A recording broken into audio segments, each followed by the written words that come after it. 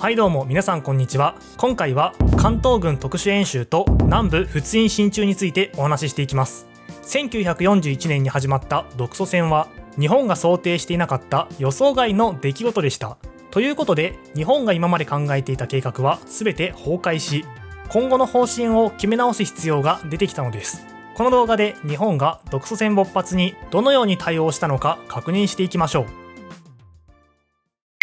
当時日本の国家戦略を作っていたのは陸軍でした。この頃の陸軍で力を持っていたのは陸軍省の実務レベルのトップである軍務局長の武藤明と参謀本部の実務レベルのトップである作戦部長の田中真一です。彼らによって国際情勢の大転換、独ソ戦への対応が検討されていきます。しかし彼らはこの独ソ戦勃発以後、意見を対立させるようになっていきます。順番に両者の考えを見ていきましょう。まず武藤明の考えは、予測がつかないからしばらく静観して情勢を見極めるべきだという考えでした。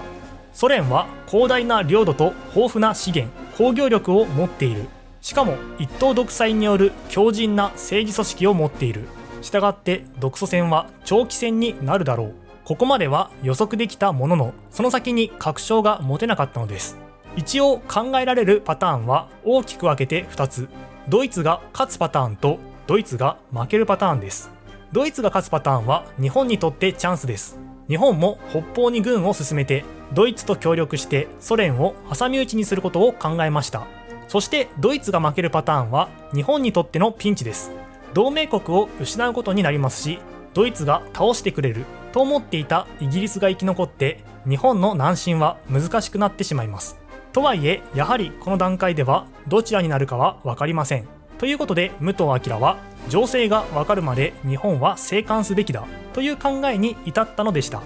一方田中真一の考えは、この機会にソ連を倒そうという考えでした。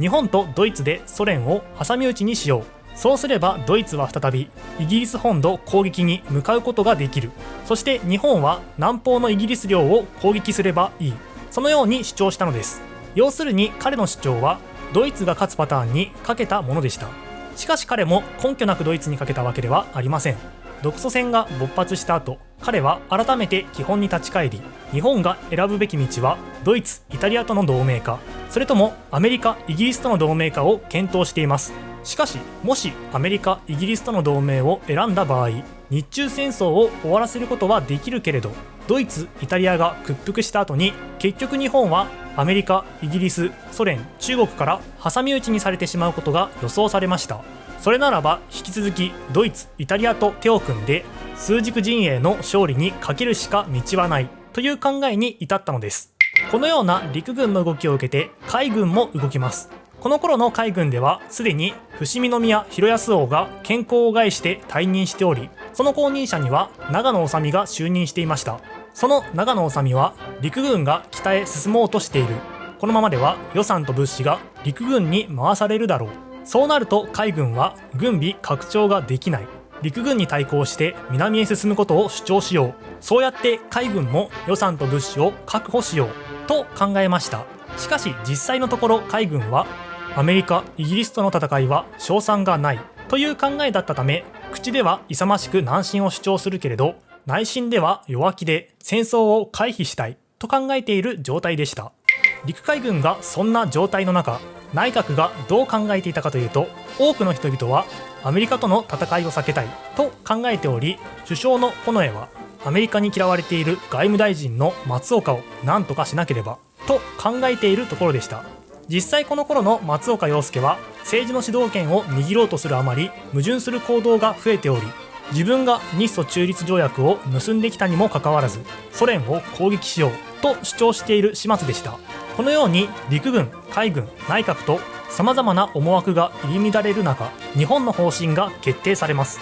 まず一つ目が、独ソ戦が有利に進展したら武力を行使して北方問題を解決する。二つ目が、対米英戦を辞さない決意のもとに南進政策を強力に推進するという方針です。つまり日本は激動の国際情勢の中、北進か南進かを決めることができず、とりあえずどちらも準備を進めていくという重要な決定を先送りする選択をしたのです。そんな中でみんなが一致できたのは、すでに決められていた対仏印との提携を強化することだけであり、南部仏印までならイギリスとアメリカの許容範囲だろうという予想から南部仏印進駐が決められました。さて、こうして曖昧な方針が出来上がった結果、その曖昧さを利用して各々が都合のいいように方針を解釈し始めます。田中伸一はこの文言を、日本の近くにいるソ連軍が減少したら武力を行使してソ連軍を撃破すると解釈したのです。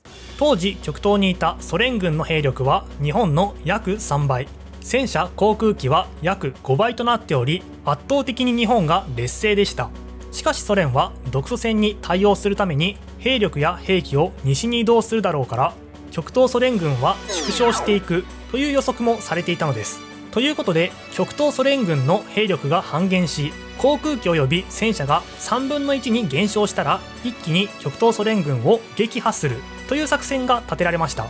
こうして田中伸一は、陸軍史上最大の演習を満州で行うという名目のもと、約50万人を動員してソ連との戦いの準備を開始。これが関東軍特殊演習です。当然様子見を主張している武藤明はこの作戦に反対していましたが、武藤が目の病気を治療するために欠勤している隙をついて、田中は陸軍大臣の東條英機に直接働きかけ、この作戦を認めてもらい実行に移しました。こうしてソ連との国境近くの北満州に50万人の大軍が動員されたのです。しかし当然ソ連軍も日本の参戦を警戒しており、極東から西方に移送した兵力は約2割、航空機及び戦車も全体の3分の1程度にとどまったため、ソ連への攻撃は実行に移されませんでした。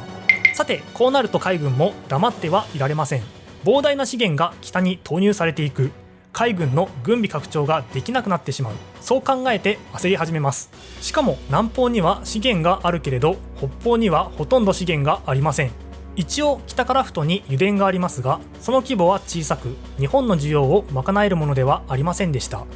北に進めば国力を消耗するだけだ。進むなら南だ。そのような考えから南部仏印進駐が急がれていきます。ということで日本はフランスのビシー政権に対して南部仏印に軍を進めることを要求。外交によって平和的に進駐の許可を獲得しました。一方この頃内閣では外務大臣の松岡洋右を何とかしなければということが問題視されていました。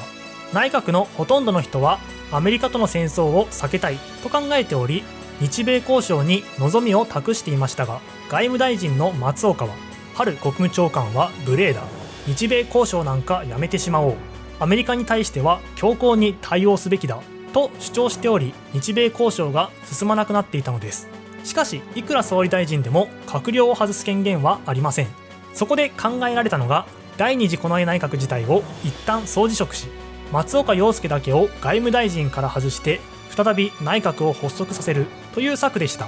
こうして第二次近衛内閣は総辞職を実施。松岡は外務大臣から外されて、新しく穏健派の豊田貞次郎を迎えます。もしもアメリカと戦争するならば、それは海軍の戦争になるという考えから、海軍の中でも日米の衝突は極力避けなければならないと考えている豊田が選ばれたのでした。こうしてやっと日米交渉が動き始めるはずでした。しかしそうはなりません。日本が南部仏印に進駐する、その情報を掴んでいたアメリカが日本に対して仏印から撤退しろと勧告してきたのです。こうなると日本は困ります。すでに南部仏印進駐は御前会議で決定されていたし、フランスのビシー政権からも許可を得ていました。ということで日本は南部仏印進駐までなら大丈夫だろうという考えのもと、仏印からの撤退を拒否。しかしアメリカからするとこれは日本の一線を越えた行動でした。警告として在米日本資産の凍結を発表し、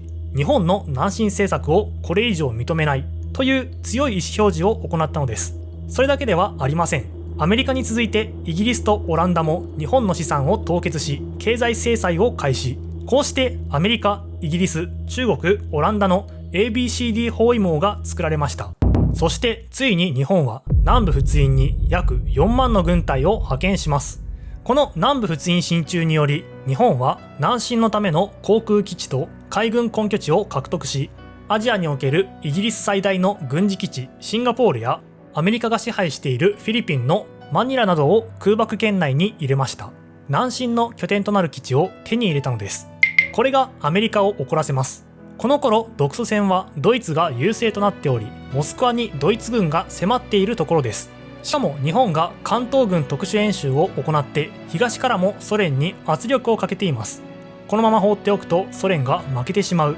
そうなればドイツが再び自由になり、イギリス本土上陸作戦を再開するだろう。イギリスが負けたらアメリカも危うい。何としてでもソ連には持ちこたえてもらわなければならない。そう考えたアメリカはついに日本への石油の輸出を禁止したのです。この出来事は日本にとって予想外の展開でした。この時の日本の石油の備蓄は2年分。もしも戦争になったら消費量が早くなるため、さらに短くなってしまいます。これはまずい。このままだと石油がなくなる。そう考えるようになった日本では、石油が必要だ。戦争をするなら石油がなくなる前しかない。という意見が増えてきました。